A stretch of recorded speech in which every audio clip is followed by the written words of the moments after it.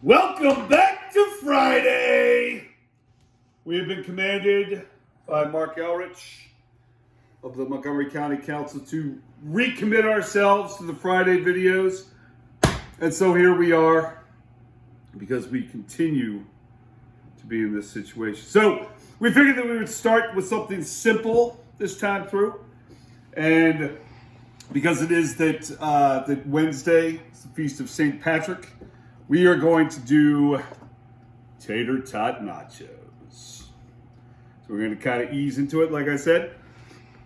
So I have about the amounts that is going to go into a small fry pan like this. Right, I measured that out beforehand.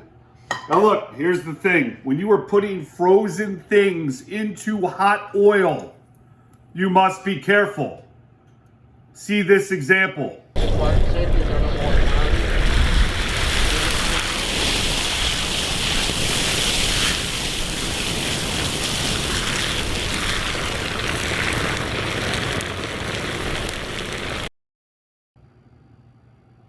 And this example.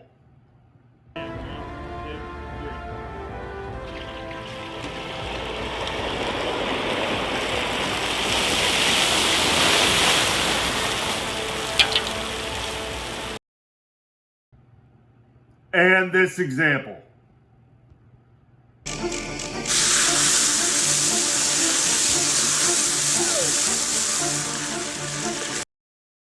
All right, are we clear? Yes, I know they were turkeys, but the same thing happens, right? You put cold things in. So, there you go. We're going to take these frozen tater tots. We're going to put them in for 3 to 4 minutes.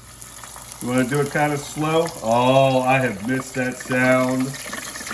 Oh, I have missed that sound.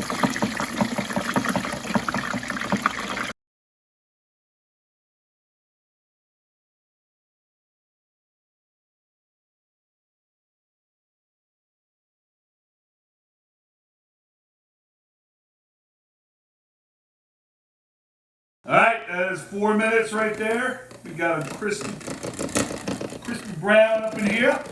Check it out. Tater tots. Who doesn't love tater tots? So we're gonna pop them into here real quick. All right. Turn the heat off. All right, salt them up. I like pink Himalayan sea salts. Nothing is too good for our Friday fans. So now, people normally ask, right, how is it that you get that melty cheese in there? Well, what I do is take it, pop it into one of these puppies, boom, just like that. So we get those down just a little bit. All right, throw the cheese on the top. Now look, you can use cheddar, right? I just happen to be a fan of mozzarella, shredded mozzarella. My video producer told me, she was like, we're not doing cheddar? And I said, nope. I said, we're doing mozzarella because that is so much more stringy and pulls apart so much nicer. Just loving it. All right, so now we're going to go over here to our 425 oven. We're going to throw them in here for between 5 and 10 minutes. So here we go. Please close your eyes because apparently our oven is very dirty. So please just close your eyes during this portion. I'll tell you when you can look again, all right? There we go. We're going to put it in. 425. All right, you can open your eyes. They're in. Good. So the other thing to remember, right, is that when it is that you're pulling a pan out of the oven, or after you pulled the pan out of the oven, it's good to have yourself a good set of mitts, right? Mrs. Strew went out and she got me a fine set of mitts for Christmas. These are they. So I'm sure that I told you guys the story during the last season where it was that the first time it was that I did chicken in the oven because I had pans that could actually go into the oven.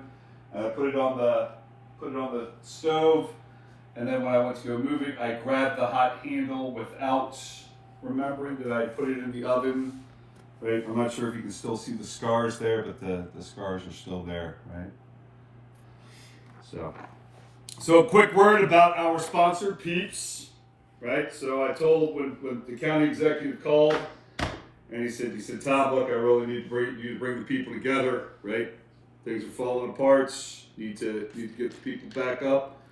back together, pull it together. And I said, look, I'll only do it with sponsorship.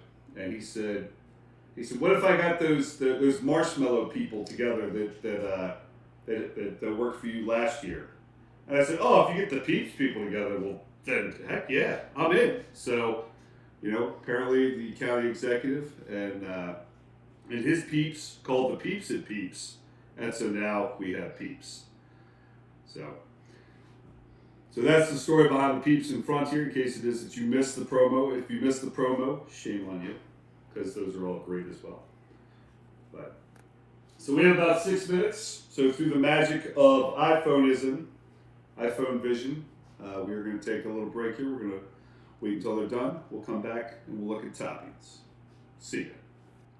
And we're back. All right, so through the magic of iPhone vision, we're up to go here. Got to get my handy dandy big blue gloves. Right? This is serious cooking right here, boys and girls.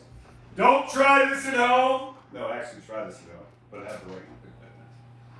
Here we go. So pull it out now. Maybe we're having. Usually we may be having an issue. It's not as off as I was hoping for, so we're gonna have to do a little work here. See how we go. I think that once we get through the edges here, might be in the bottom too. I don't know. Oh, we got a little bit. Come on. Are you getting all this? Mm-hmm. Oh, there it is. That's what we're talking about. So,